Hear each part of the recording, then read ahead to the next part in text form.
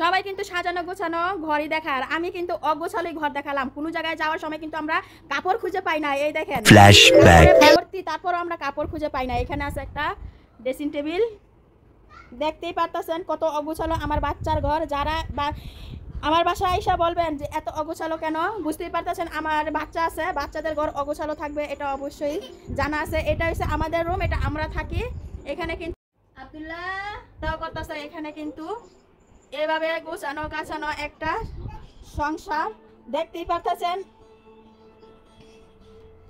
এত অগোছালো কিভাবে থাকে দেখতেই পারতেছেন। এটি কিন্তু আদা রসুন গুলো এখন ইয়ে করবো। আর এটা কিন্তু খাবার টেবিলের অবস্থা তো দেখতেই পারতেছেন, বিরিয়ানি আইনা খায়া খায়া কিন্তু এভাবেই রাইখা দিছে।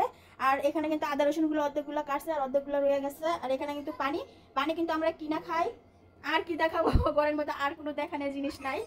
আর কি দেখাবো, সবাই মোবাইল নিয়ে ব্যস্ত, যার ভাবে মোবাইল নিয়ে ব্যস্ত, আর কোনো কিছু দেখানোর বাকি নাই। দেখতেই পারতেছেন কত অগোছালো বাচ্চাদের ঘর, যে কত অগোছালো থাকে।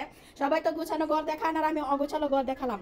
আর যে এরকম অগোছালো ঘরে আইসা বলবেন ঘর এত অগোছালো কেন, বাচ্চাদের ঘর আমার অগোছালো থাকবেই, কারণ আমার বাচ্চারা শৈশবটা আর ফিরে পাবে না, কিন্তু আমি এরকম গুছিয়ে রাখতে পারবো হারা জনম।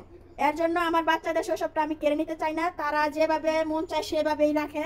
আর খেলনার তো আব্দুল্লার খেলনার অভাব নাই। এই খেলনা দিয়ে কিন্তু পুরো ঘরে ছড়িয়ে ছিটিয়ে রাখে। আর কি বলবো, খেলনা দিয়ে কিন্তু সব কিছু এলোমেলো করে রাখে। আর এখানে কিন্তু খেলনার অভাব নাই আব্দুল্লাহ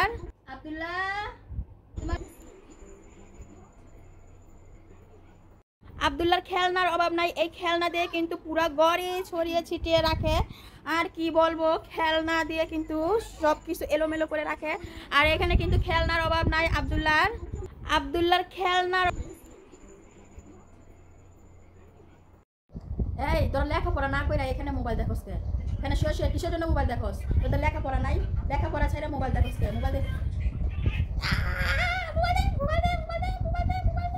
মোবাইল দিবে না, মগর লেখাপড়া করবে না।